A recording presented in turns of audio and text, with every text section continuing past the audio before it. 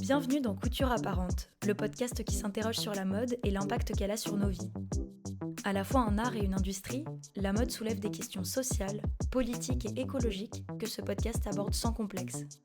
La mode et le féminisme sont-ils compatibles ? Comment créer des bijoux durables ? Quel est le coût d'une fabrication éthique ? Est-ce que la mode discrimine les minorités ? Qui sont celles et ceux qui s'engagent pour une industrie plus responsable en France ? Au fil des épisodes, je vais à la rencontre de marques, activistes et journalistes qui me livrent leurs réflexions sur ces questionnements modernes. Couture apparente tente d'esquisser les contours d'une mode tournée vers le futur, une mode qui incarne une vision inclusive, engagée et responsable. Je suis Claire Roussel et aujourd'hui je reçois Bourchaquiol et Jeanne Friot pour notre 29e long format. Qui sont les designers de demain ? Hello tout le monde, j'espère que vous avez passé un bel été où vous avez pu au moins un peu vous reposer pour récupérer de la fin d'année et revenir plein et plein d'énergie pour la rentrée. Car ce qu'on peut dire de ces derniers mois, c'est qu'en France, dans le monde et dans la mode, le climat a été turbulent. Et on en parle souvent ici. Grève de journalistes, tensions politiques qui se reflètent sur les podiums et les tapis rouges, clairement, 2024 n'a pas été tendre avec nous. Alors, pour cet épisode de rentrée, j'ai eu envie de vous parler d'un thème qui m'emplit d'enthousiasme, la jeune création. Elle est incarnée par des marques indépendantes, passionnées et débrouillardes, qui sont souvent très petites, avec une production de haute qualité, alliant de fait le respect des droits humains et de l'environnement et l'amour du design. On en a un certain nombre en France, dont les créatrices sont d'ailleurs déjà passées dans le podcast. Et aujourd'hui, je voulais donner la parole à deux d'entre elles et eux sur ce qui les nourrit, les nombreux obstacles qu'elles rencontrent et leur rapport à la politique dans la mode. Car à titre très personnel, je n'imagine pas l'avenir de l'industrie sans une indépendance artistique et un point de vue affirmé sur les sujets qui traversent nos sociétés. Car la mode est autant un reflet qu'un rouage de notre époque. Il existe de nombreuses manières d'incarner des valeurs, propres à chacun et chacune. Mais c'est pour moi ce qui donne du sens aux vêtements. Alors, voyons comment ces designers conçoivent la mode de demain.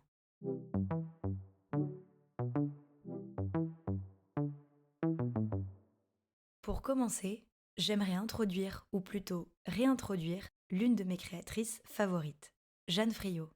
Vous l'avez peut-être déjà entendue dans notre épisode sur la binarité de genre en 2022.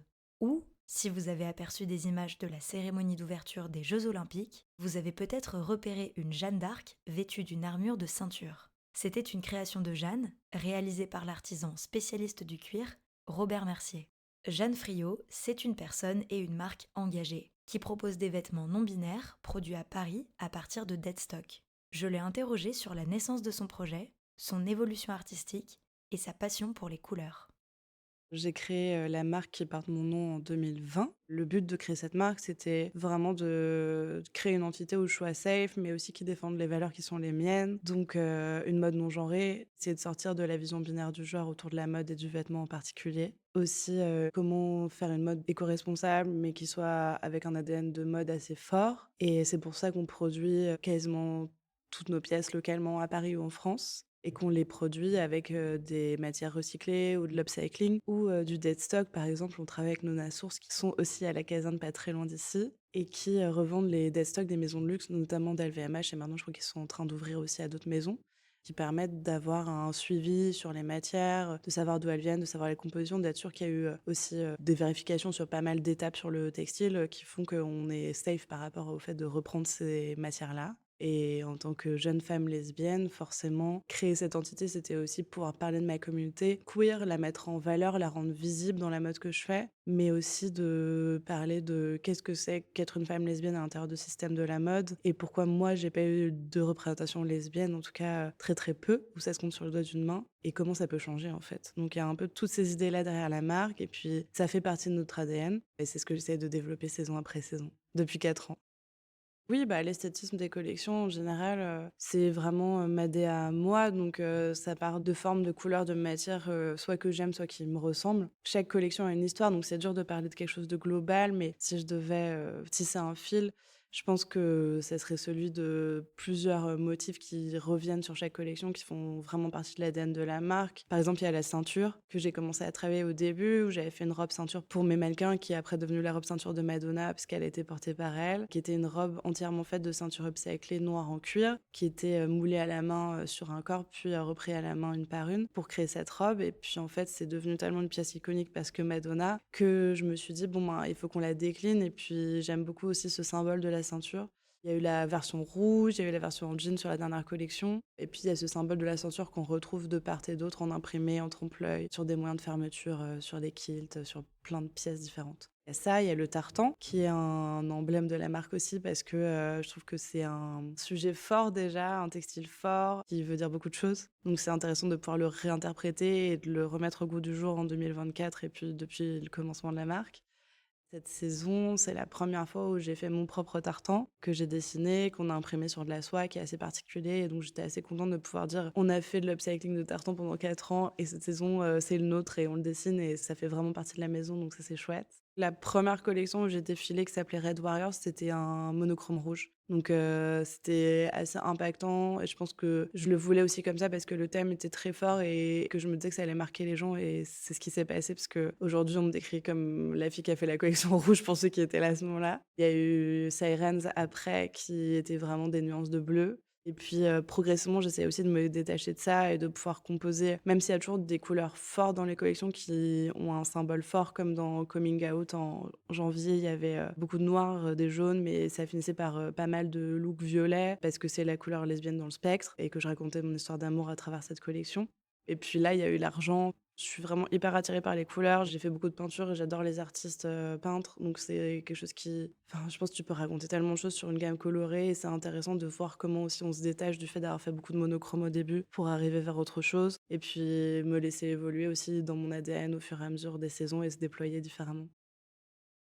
Notre second invité est le génial Bourchakiol. Créateur de sa marque éponyme, c'est un défenseur acharné de l'artisanat et des coupes impeccables. On sent dans ses créations que chaque détail a été longuement médité, pensé et exécuté avec tout le soin du monde. Ce qui incarne pour moi le vrai luxe. La mode de Bourch est une mode qui prend son temps. Je lui ai demandé de nous détailler sa vision artistique et comment il a créé son projet, qui est d'ailleurs, oups, un terme qu'il déteste. Le projet et en plus j'aime pas ce mot, je suis désolé. On va commencer en disant que c'est une vraie marque parce qu'elle existe maintenant depuis 4 ans, qu'elle est installée et qu'elle a beau être jeune, je trouve qu'elle a sa voix et elle mérite le nom de marque. Donc Bourchakiol, qui a été créé par moi et 2 associés en 2018, juste après que je sois parti après 5 ans d'assistanat avec, quelqu'un dont j'étais le bras droit, Esteban Cortazar, un autre designer assez fabuleux, où je faisais toutes ses collections, ses productions. Mais arrive un moment où, quand t'es un peu têtu comme moi et opiniâtre même, t'as envie de t'exprimer et cette plateforme, la mode, pour moi, était d'abord dans l'idée de dire des choses. Donc on se rejoint aujourd'hui pour ça aussi, c'est génial. J'ai monté ma marque donc pour pouvoir parler de ce que j'aimais. C'était un moment où tout le monde ne faisait que des baskets, des t-shirts, des sweatshirts, des jeans et en fait, j'ai eu très, très peur, je disais, pour mon métier. J'ai eu très peur que, en fait, toutes ces études, tout cet apprentissage de toile, de moulage, d'expérimentation disparaissent et qu'on en vienne à tous être remplacés un jour par du AI, ce qui est pas très loin d'arriver en ce moment. Et je me suis lancé donc en me disant: «Je veux faire des vêtements qui riment avec l'exceptionnel, avec ce qui nous branche à la mode quand on est gamin, en fait».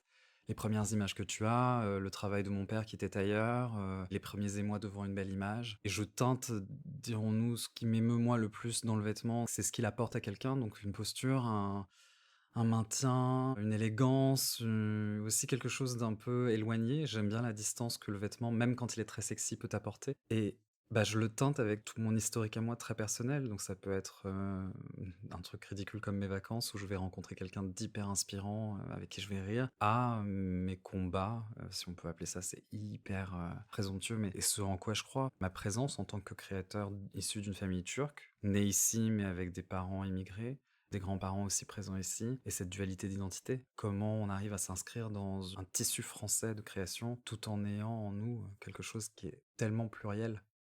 Malheureusement, à partir du moment où tu crées ton entreprise, il y a une phase dans laquelle tu commences à abandonner le faire et ça, c'est mon plus grand, regret parce que tu as de moins en moins de temps vraiment de passer, à la machine à coudre. Mais je m'oblige à couper tous mes modèles de collection au minimum et de monter quelques pièces pour me rappeler à quel point de toucher le tissu, le faire, lui donner sa forme est important parce que j'ai cette directive-là pour moi-même et celle d'essayer tous les vêtements que je crée, que ce soit robe, même au string, tu vois? J'ai besoin de savoir ce qu'on ressent dedans, tout simplement parce que ça m'informe sur ce que je vais pouvoir procurer à la personne qui va le porter après. Et l'artisanat, moi j'ai un truc très japonais, c'est quelque chose dans lequel il faut persévérer toute sa vie. Je sais pas si tu sais ça, mais je crois qu'ici, pour devenir un ouvrier qualifié, c'est genre 5 ans, au Japon c'est 30 ans, avant qu'on te considère comme un maître dans ton œuvre. Ce rapport au temps, pour moi, il est important et ça fait partie de l'artisanat. C'est pour ça que c'est cher, c'est pour ça que les maisons de luxe sont un peu les seuls privilégiés qui peuvent bénéficier de ce savoir-faire. C'est parce que c'est très très onéreux, mais parce que c'est le temps en fait. C'est quelqu'un qui doit prendre le temps et qu'on peut pas presser. À partir du moment où tu presses quelqu'un qui fait quelque chose avec ses mains, bah, il y a 2 façons de tricher. Soit tu as quelque chose de laid et de mal fait, soit tu as quelque chose que tu vas chercher très très loin pour bénéficier, bah, comme on sait tous, de réduction de coûts de main-d'œuvre. Voilà.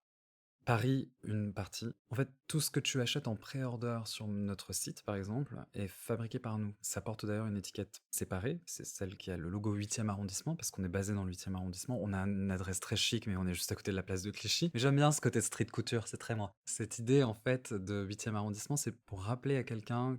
Par exemple, cette pièce, elle est là, dans quelques années, elle l'a donnée à quelqu'un ou elle l'a vendue en vintage et une autre personne va se la retrouver dans une boutique à LA, je ne sais pas. J'adore fantasmer le futur de mes vêtements. Bah, elle saura si elle porte l'étiquette Burchakol 8e arrondissement qu'elle a été fabriquée au moins en partie par moi. Je trouve ça beau comme message pour le futur en fait. Et même quelqu'un qui connaît cette information très geek au niveau de Burchakol pourra se dire waouh, ça a une valeur particulière parce que ça a été touché en fait par l'équipe première, celle qui a été la fondatrice. Et pour ce qui est du reste, en fait, on travaille énormément avec la France parce que j'ai eu de la chance d'avoir installé, quand j'étais chez Esteban Cortazar et d'autres marques avant, un parc en fait de fournisseurs et d'usines et d'ouvriers, et d'artisans français basés aux alentours de Paris, en Vendée, dans les Vosges, à Troyes, et avec qui j'ai une histoire humaine.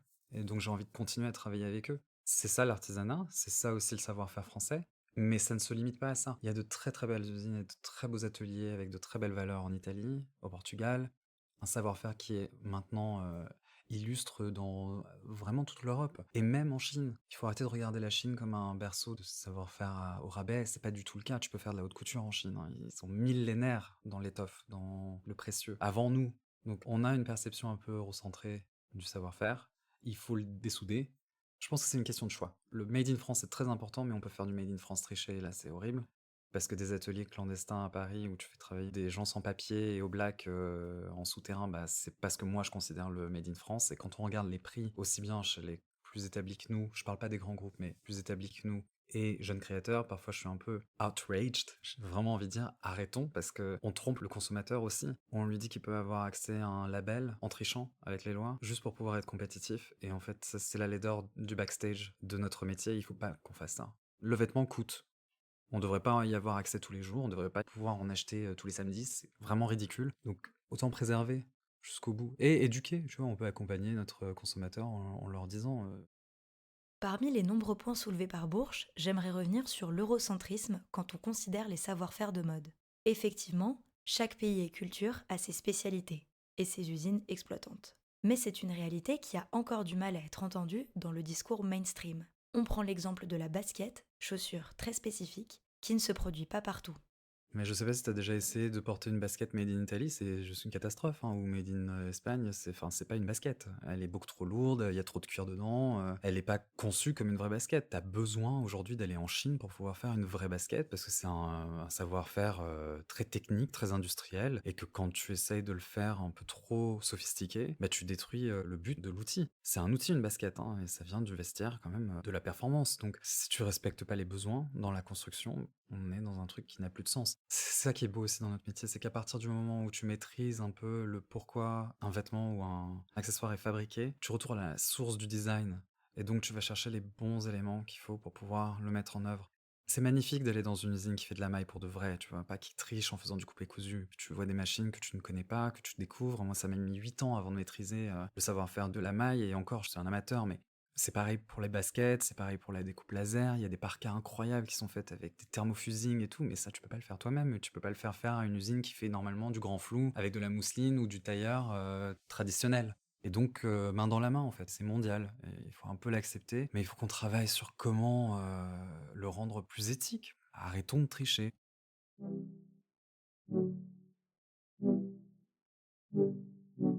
Chacun à leur manière, les invités de cet épisode ont une vision esthétique forte, ancrée dans leurs références et leurs imaginaires.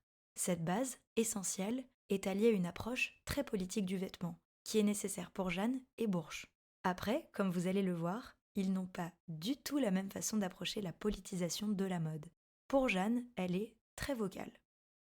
Je conçois pas la mode, sans politique. J'ai choisi la mode parce que c'était un médium pour faire passer les engagements qui étaient les miens et qui le sont toujours. Mais je pense qu'on est beaucoup plus woke, nous, cette génération. Donc on a grandi et vécu avec une mode qui était très différente. Je pense que ma génération de designers, il y a de plus en plus de femmes aussi et ça me fait beaucoup de bien, qui ont envie de créer leur entité, de mettre leur nom sur ces entités et d'avoir vraiment leur place.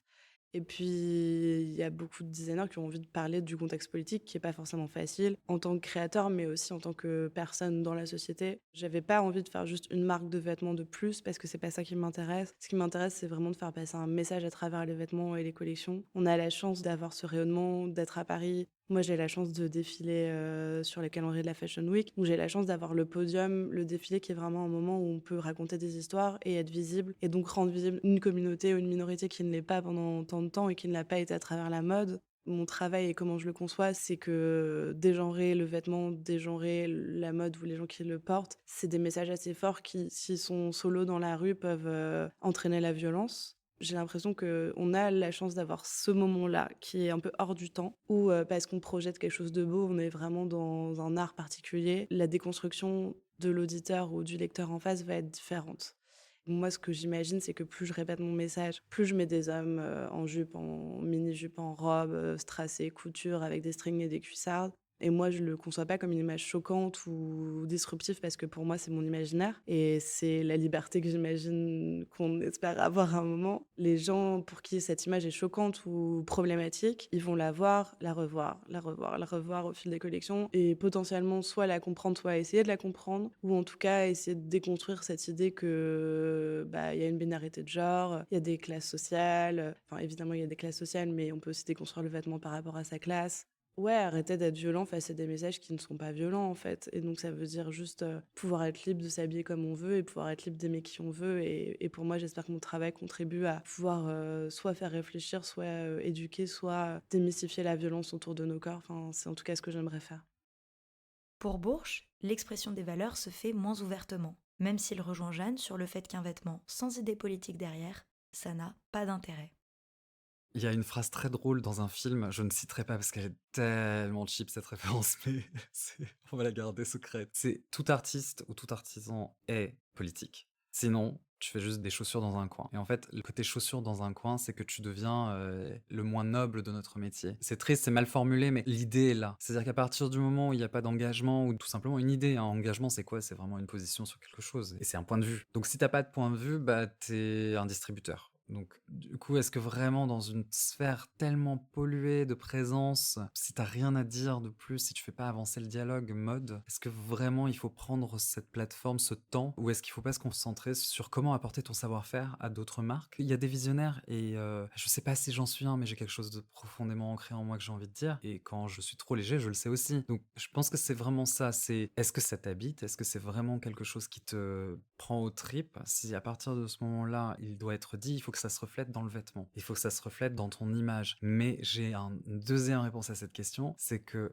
la trop grande présence d'engagement dans les récentes années mode ont détourné les créateurs du principal qui est le vêtement. Et en fait, moi, ce qui me dérange, c'est que du coup, aujourd'hui, les premières questions qu'on va me poser, c'est «Ah, c'est quoi ton engagement?» Et en fait, j'aimerais juste qu'on me dise «Mais waouh, tu sais faire un vêtement.» Et oui, en effet, on sait faire un vêtement. Et en fait, se détourner de cet objectif-là qui est le premier, ça mène à des choses comme l'appropriation culturelle, par exemple. On a un ami en commun, ouais, mais de tout washing. C'est political washing, greenwashing. Ça devient aujourd'hui où n'importe quel sujet est bon à brandir. Et en fait, pour moi, c'est un grand brouillard. Quand j'accueille quelqu'un chez moi et que j'ai envie qu'elle reparte avec une pièce de chez moi. Mon principal objectif, c'est que cette personne se sente plus dans un vêtement Burj-Khalifa, ok? On essaie d'elevate. Donc c'est vraiment le but. Si à côté de ça, ce soutien par le porter me permet à moi d'exister et de pouvoir brandir d'autres sujets à d'autres moments, c'est super.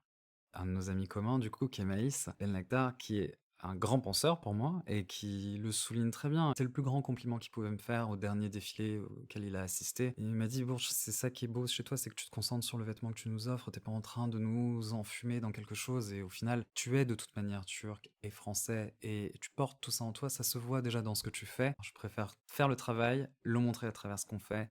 Un petit truc bête, hein, mais on a ouvert le show avec une Palestinienne, c'était pas pour rien. La mannequin, elle est choisie pour ça, parce qu'il faut dire des choses. Et en fait, c'est pas quelque chose à crier, mais dans le peu que j'ai d'espace d'agissement, je vais pouvoir le faire. C'est comme, est-ce qu'on a besoin de brandir partout, qu'on fait tout pour une égalité, tu vois, de quotas, etc., quand on embauche? Ou est-ce que au lieu de ça, tu te concentres sur quelque chose, c'est recevoir tous les candidats qui t'envoient une candidature pour tu vois, une offre de stage, par exemple. Ben moi, j'ai passé pas mal de temps dans des entreprises où je devais sélectionner des CV et je m'apercevais que j'étais le seul à prendre des CV qui venaient de personnes noires. Enfin, quand même, il y a un moment donné, on sait qu'il y a un problème d'accès aux grandes écoles de mode parce qu'elles sont super chères et dans n'importe quel domaine. Donc, le minimum qu'on puisse faire, c'est automatiquement de recevoir tous les CV parce que c'est le premier accès qu'on va pouvoir donner. Et ensuite, oui, il y a une vraie sélection à faire, mais à un niveau de stagiaire, honnêtement, n'importe qui peut correspondre. Donc, c'est vraiment l'effort qu'on devrait faire. C'est ça les agissements, pour moi. Mon engagement, il est là, de le faire tous les jours.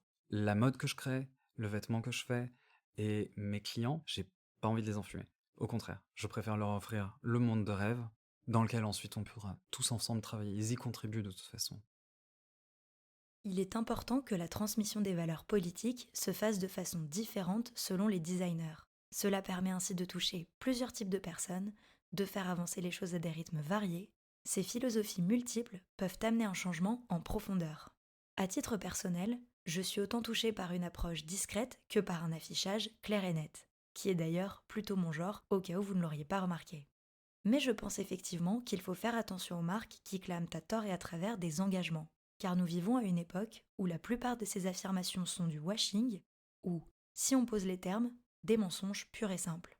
C'est pour ça qu'il est important de mener votre propre enquête. On vous donne d'ailleurs les clés pour ça dans notre épisode 4, et de vous orienter vers des petites structures. Elles sont souvent plus transparentes et faciles à contacter pour obtenir des informations.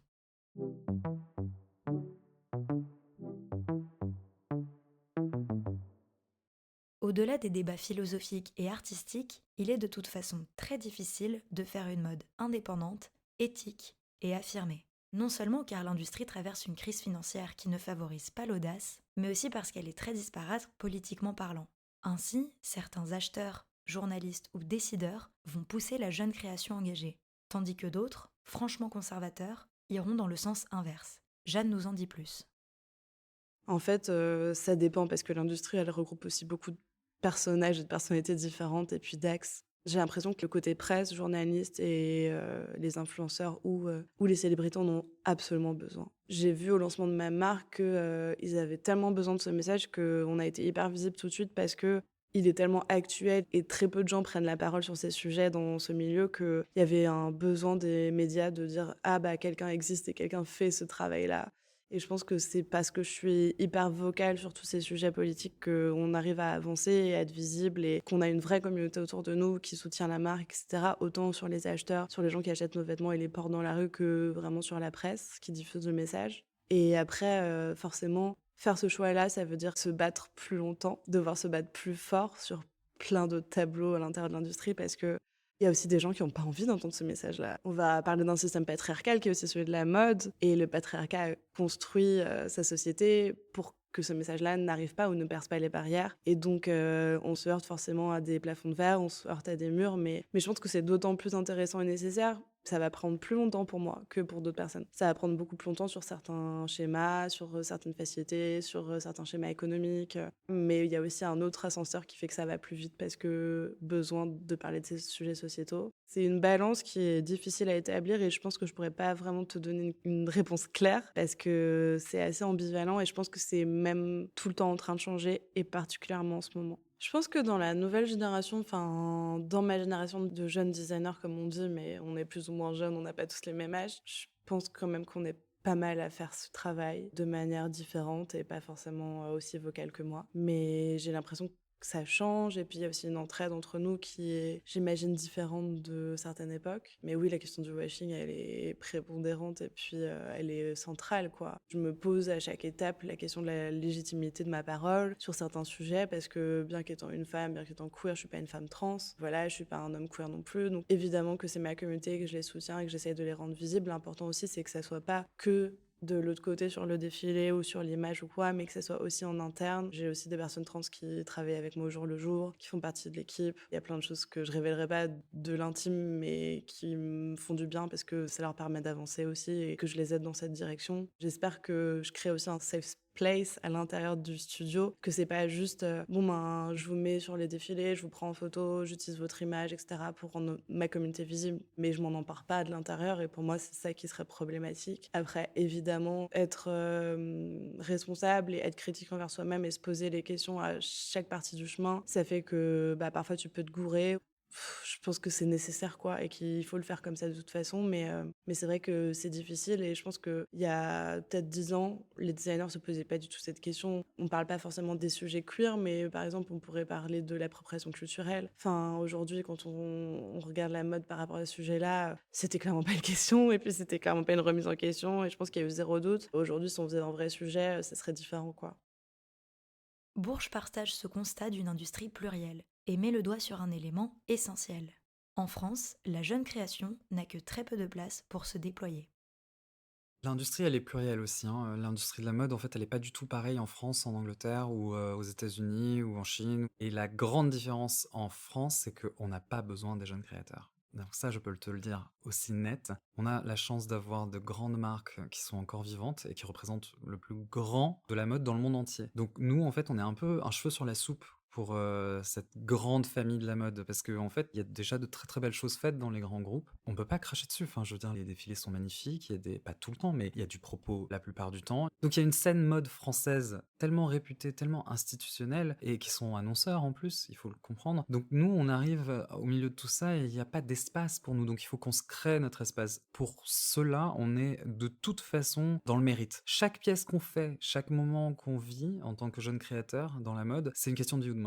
Donc toute décision qu'on prend est importante, le moindre mot qu'on dit est scruté. La presse, mais même les acheteurs sont encore plus intransigeants avec nous. Les questions d'éthique ou d'éco-responsabilité ne sont même pas posées aux grands groupes.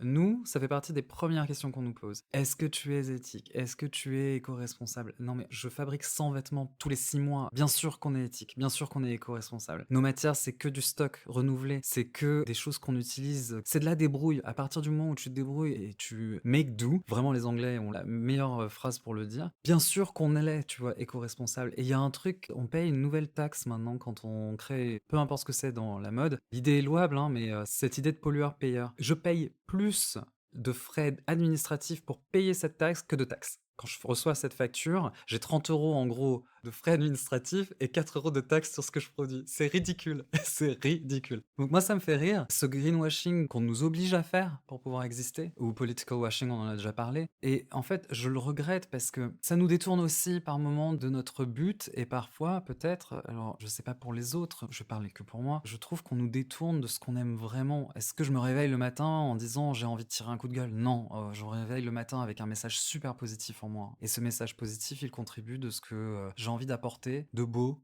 pour moi. Beau, ça engrange pas mal de résonance, hein. On parle pas d'un beau classique là, mais de ce qui est beau et d'humain et de ce qui me fait vibrer. C'est ça que j'ai envie d'apporter dans le vocabulaire commun qu'on a dans ce beau dictionnaire qui est la mode. J'ai toujours vu la mode comme un champ lexical auquel on ajoutait tous des mots, chaque créateur. Il y a de l'espace pour tous. Arrêtons de nous concentrer sur les mauvaises idées pour pouvoir avoir un minimum 2 lignes à écrire sur nous. Non, chers amis de la presse, vous pouvez écrire sur nous.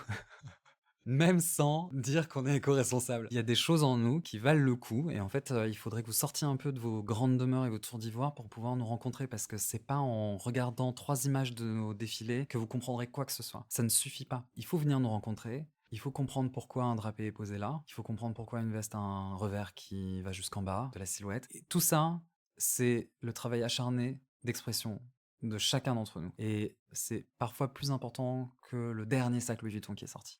Mais il faut le temps et les magazines de presse les plus grands aujourd'hui sont tout aussi dans des situations économiques super compliquées que nous. Enfin que nous, on va pas exagérer non plus, mais ils hésitent à venir nous voir parce qu'ils ont plus le temps, parce qu'en fait on les emailise. Tous les jobs sont devenus des jobs email. Il y a très peu de gens aujourd'hui qui font vraiment, et même les plus grands éditeurs aujourd'hui, la plupart du temps, ce qu'ils font c'est téléphone et email. Ils éditent plus. Donc c'est compliqué quand même dans cette branche où on fait tous d'autres métiers que le nôtre, que celui qu'on devrait faire. Bah, la curiosité s'éteint, on est tous là, on est tous fatigués et du coup on fait pas l'extra mile qui devrait même pas être l'extra mile, qui devrait être juste la raison d'être d'un journaliste qui a envie de découvrir ou d'une éditrice qui a envie de découvrir. Mais même les pauvres, à chaque fois qu'elles empruntent des vêtements, elles sont tellement sous le poids des annonceurs qu'il faut placer que bah, en fait les 5 photos sont faites et en fait il n'y a plus de place pour placer un bout de Burchakol, un bout de qui que ce soit d'autre.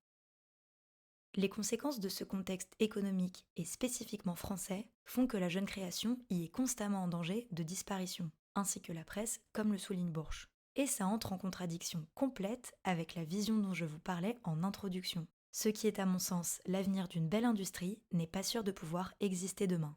Si ça n'est pas aussi joyeux que je le voudrais, il est important d'en parler pour remédier au problème. D'autant plus que les petites marques engagées rencontrent, paradoxalement, un succès grandissant. Oui, on a de plus en plus d'acheteurs. Après, franchement, on a eu des grosses galères. Le contexte économique fait que on s'est pas déployé comme on aurait pu se déployer parce que déjà, on arrivait après le Covid. Donc, il y a déjà eu ce moment où, bah, en fait, moi, quand j'ai commencé à avoir les épaules pour pouvoir défiler, être sur le calendrier, être en showroom, présenter les collections, pouvoir les industrialiser, on était face à une industrie qui se remettait d'une maladie et qui était pas hyper safe et pas avec un socle incroyable. Donc, la première saison, on a eu une boutique, quoi. Et déjà, c'était incroyable parce que tout le monde se dit non, mais la première saison, tu présentes, t'en as zéro. On a une boutique coréenne qui est arrivée, qui nous a acheté, qui nous a sauvé les fesses. Après, on s'est vachement déployé grâce au défilé, tout en restant très bancal financièrement, si je veux être très honnête. Je me rémunère toujours pas sur la marque. Je vis avec très peu de moyens. Évidemment, le designer, c'est la dernière personne qui se rémunère, donc ça fait partie du jeu aussi. Je fais beaucoup de choses avec des bouts de ficelle. On arrive à faire des grandes choses avec des bouts de ficelle et sans que ça se voit, donc ça, c'est chouette parce qu'on arrive à se débrouiller. On a plein de gens qui nous aident, on a plein d'amis qui sont dans l'aventure et c'est une vraie communauté. Après, la réalité, elle est super difficile. Donc, il faut vraiment avoir les épaules. Les acheteurs ont cette saison, j'espère que voilà, ça s'est un peu dégagé. On a eu plus d'acheteurs asiatiques qui étaient là, donc ça a aussi changé la donne parce que moi, mon vrai marché, vu que je fais une mode très créative et particulière, il est vraiment sur le marché asiatique ou sur le marché américain qui, pour l'instant, n'est pas encore au rendez-vous parce que les élections et les conditions politiques qu'on connaît là-bas. Donc, il y a eu un peu ce truc de Covid. Après, Ukraine, Russie, maintenant les States, maintenant potentiellement nous. Donc on est face à un marché politique compliqué, mais on est aussi face à un marché de la mode compliqué. On sait que Essence va très mal, on sait que Matches a fermé, qu'il y a des énormes en fait retailers qui venaient choper des jeunes designers et leur permettaient de vivre parce que besoin d'une mode créative et besoin de leur image ne sont plus là. Ça veut dire que c'est des gros coups durs pour nous quand on est en train de se développer en tant que jeune marque indépendante. Donc il faut réussir à trouver des moyens de rester, de pouvoir trouver des moyens financiers. Heureusement, moi, j'ai quand même pas mal d'aide autour de moi et aussi j'ai compris l'importance de pouvoir me repositionner sur la Fashion Week Homme et de pouvoir ouvrir ce que j'ai fait pour la première fois après le défilé de janvier, donc en mars. Ouvrir vraiment sur du friends and family et pouvoir casser le prix retail et dire ok, tu peux précommander les pièces et on les fait nous et tu les auras un peu moins cher, ce qui a permis de faire pas mal de ventes et de tenir jusqu'au prochain show en fait. Donc je pense que ce système-là, on est obligé de trouver des options A, B, C, D, E, F pour continuer et pour se dire bah pouvoir continuer à payer ses équipes parce que face à une marque qui se développe mais un portefeuille qui se développe pas, il y a la double peine de se dire bah on a tellement de travail qu'on sait pas comment on va s'en sortir, mais en même temps on n'a pas les moyens de pouvoir vraiment s'en sortir avec des équipes stables et que tout le monde a une santé mentale ok. Il faut être souple, il faut comprendre les enjeux à chaque moment de ce qui va se passer, de pourquoi ça s'est passé comme ça et de rebondir. Il faut être hyper vif en fait et comprendre qu'on est sur un sable mouvant et pas sur un socle. Je pense qu'on va le voir de plus en plus dans tous les métiers parce que il y a le contexte politique qui est pas terrible et on sait pas tellement comment ça va se passer et quels sont les enjeux du futur et tout ça. Mais moi, je le sens vraiment dans cette industrie depuis que j'ai commencé en fait. Et plus j'avance et plus je vois la manière dont on peut se hiérarchiser, où on peut avancer, même si on va assez vite, parce que j'ai la chance de quand même avoir des gens fidèles autour de moi, des acheteurs fidèles, de la presse fidèle et tout ça. Et donc, grâce à eux, on est visible, on parle de nous tout le temps et on se déploie. Mais la question, c'est comment tu fais aussi pour en tant que business, pouvoir te déployer de manière saine et pouvoir gérer tout ça, quoi. Ouais, je pense que depuis la première fois qu'on s'est parlé, il y a tellement de choses qui ont changé dans ma tête, dans la manière de créer les collections. Et puis, je commence à être rodée aussi là-dessus. Donc, forcément, j'envisage les choses différemment. Et puis, j'ai les bons réflexes ou les mauvais. Mais ouais, c'est ultra difficile, quoi. Je pense que c'est pour ça que on a tellement besoin d'être soutenu, on a tellement besoin d'avoir des subventions, on a tellement besoin d'être soutenu par l'écosystème et par les gens à qui on parle.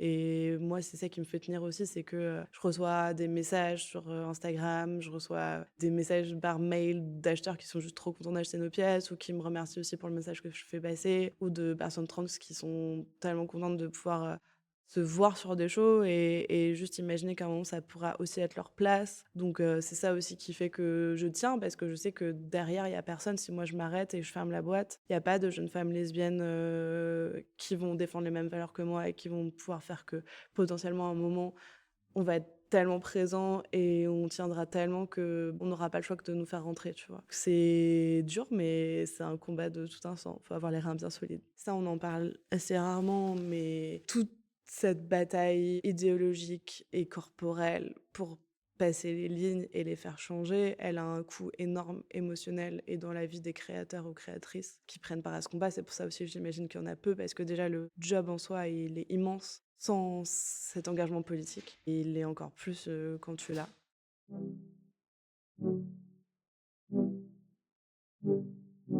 Face au contexte complexe dont nous avons discuté, à la fois instable et bouillonnant de créativité, comment envisager l'avenir de la jeune création en France et surtout, comment la soutenir? Nos invités ont plein d'idées, à commencer par Jeanne, qui s'adresse aux investisseuses et investisseurs, à bon entendeur, mais aussi aux consommatrices. Moi, je pense que ce qu'il faut faire, c'est défendre des projets politisés comme le mien, parce que c'est de plus en plus dur pour nous tous, en fait. Pour moi, la liberté, elle passe par un engagement créatif. Et il y a que quand on est indépendant et qu'on a vraiment quelque chose qui vibre en nous, qui fait que je me bats pour ma passion et que tous les gens qui m'entourent le font, qu'on est libre d'avoir nos discours. Et moi, il y a personne derrière qui va me dire ne dis pas ça ou ne dis pas ci. Je suis complètement libre de mon discours créatif comme mon discours oral et celui que j'ai aujourd'hui. Donc je pense que ouais, il va falloir de plus en plus les soutenir. Et puis d'une manière, soit si t'as pas de thunes et juste d'être là, de liker, de repost, de machin sur les réseaux sociaux. Et puis les gens qui ont de l'argent et qui savent pas quoi en faire, soutenez-nous en fait, enfin venez et soutenez-nous, vous en avez pas forcément besoin, ils sont sur vos comptes en banque. Ça peut peut-être changer l'industrie, ça peut peut-être changer une partie de la société. On est une industrie qui a eu beaucoup de gens qui ont investi dans cette industrie dans les années 80, 90, etc. Ça les a un peu dégoûtés et aujourd'hui c'est un endroit où les gens ont vraiment du mal à investir, parce que investir dans la mode, ça veut dire potentiellement perdre son argent. Mais c'est un défi que plein de gens peuvent faire et ça voudra aussi dire j'ai contribué à ce que cette marque soit là aujourd'hui. J'imagine qu'il y a tellement d'investisseurs qui sont tellement ravis de pouvoir dire j'ai fait John Galliano au début, ou j'ai fait Margiela au début, ou j'ai fait telle et telle personne. Faut aussi pas regarder que le présent, mais pouvoir s'imaginer ce qu'on va pouvoir déployer dans le futur. Moi, c'est aussi ce que je dis depuis le début de la création de la marque, donc en 2020. Je suis là, genre, laissez-moi le temps de me déployer créativement et de pouvoir montrer aussi ce que j'ai dans le ventre, parce que on va passer des étapes créatives, financières, et moi je vais pouvoir passer de plus en plus de messages et pouvoir de plus en plus être libre de faire ce que j'ai envie ou pas, mais il faut aussi laisser le temps aux personnes créatives, que ce soit dans le design ou dans n'importe quel art, d'avoir nos réflexions et de pouvoir grandir et mûrir au fur et à mesure. Ce qui est particulier dans la mode, c'est qu'on grandit en face des gens. C'est-à-dire que chaque collection, on grandit, on mûrit et elles sont différentes. Mais c'est à l'instant T, en face des gens, on grandit devant la presse, les influenceurs, les acheteurs. Donc il faut aussi parfois être conscient de ça. Que en fait, c'est pas installé et juste vous recevez notre maturité et le fait qu'on grandit petit à petit en face de vous. Faut soutenir les jeunes, faut se soutenir là où il y a de la création, là où il y a de l'inventivité, là où il y a de la liberté. Donc soit les groupes de l'X nous soutiennent, soit les gens à l'échelle où ils peuvent avec leurs moyens, nous soutiennent. Il y a plein de moyens, même si t'as pas d'argent, de soutenir un jeune créateur. C'est ce que je vais continuer à faire à ma manière, avec mes moyens, c'est de soutenir les écrivaines que j'aime bien, de soutenir les artistes que j'aime bien, pour les rendre visibles et leur donner ma participation et le fait d'être là pour eux, parce que c'est plus que jamais nécessaire, et mes copines en thèse et tout ça, quoi. Bourges, malgré les obstacles, est extrêmement optimiste. Il propose d'ailleurs une initiative collaborative entre designers que je trouve vraiment chouette. Je vous laisse voir ce que vous en pensez. L'avenir du jeune designer en France, on va rester français, d'accord? C'est chauvin de zombie. On est un vivier. Des Jacques Mus tous les 5 ans, ça n'existe pas. C'est pas possible. Un succès tel qui en est de l'ordre aujourd'hui d'un succès industriel, ça n'arrive pas à tout le monde. Moi, je nous considère un peu comme un vivier qui renouvelle la force créative française. Et je suis très content de faire partie en fait de cette chaire. Ça me va. On essaye de faire changer des choses, des regards. Et je pense qu'on est très efficace depuis 2 générations de jeunes créateurs. On est beaucoup plus vocal, on est plus présent. Étrangement, on est tous plus broke les uns que les autres, mais on arrive quand même à faire des choses d'une mesure pour laquelle je suis très admiratif en fait, parce que aller auto-centrer mon dernier défilé, j'en suis super fier. On a une scéno magnifique, on a fait intervenir des gens qui ont voulu collaborer et on a réussi à faire ça avec le minimum d'argent possible. Donc ça veut dire que c'est pas qu'une question de thunes. On peut arriver à faire les choses, il suffit de continuer à être soutenu et que les gens continuent à vouloir collaborer sur le long terme en se disant ok, certes, on espère tous pouvoir être payés un jour par ce projet central, mais tant que c'est pas possible, on continue. Et en fait, l'avenir, je le vois juste ultra positif, dans le sens où, comme à chaque élection, allez, parlons-en, on a un sens républicain en nous, tu vois, où on va tous se mobiliser pour que le pire n'arrive pas. Avoir une marque, c'est un peu pareil. T'es toujours à 2 centimètres du mur, mais au moment où tu crois que tu vas le cogner et que tout va s'écrouler, il y a quelque chose qui vient pas de l'extérieur, mais qui vient de toi, qui te permet de vraiment lift up et de trouver de nouvelles ressources, et de trouver une nouvelle collaboration, et de trouver quelqu'un qui va croire au projet, en plus de ceux qui étaient déjà avec toi. Et c'est tellement vertueux, en fait, si toi tu continues à y croire et que tu as cette radiance, ça fait un peu roi soleil, merde. Mais en vrai. Si tu y crois toi, je crois que c'est continuel, les gens vont te soutenir. Le message vient de la tête pensante de la marque. L'industrie, c'est des têtes pensantes de marque. C'est des têtes pensantes d'usines. On est tous liés, vraiment, genre interconnectés. Et il faut se faire confiance un peu, il faut aller se chercher les uns les autres. Moi, je regrette que les jeunes créateurs français, on n'ait pas plus une plateforme commune où on arrive à se mobiliser les uns avec les autres pour pouvoir justement contrer parfois la balance de pouvoir qu'il y a. Pensons à un monde génial, un Instagram commun à tous les jeunes créateurs de la scène parisienne, waouh, pourquoi pas. Mais imagine un peu les choses qu'on pourrait faire. Je suis très politique aussi d'une certaine manière, mais je suis plus genre parti leader. J'adore l'idée de mobiliser les ressources ensemble et de créer cette coordination. Et on a tous quelque chose à amener. Ouais, c'est ça, en fait. Tenons-nous la main un peu. Je crois que ce serait ça.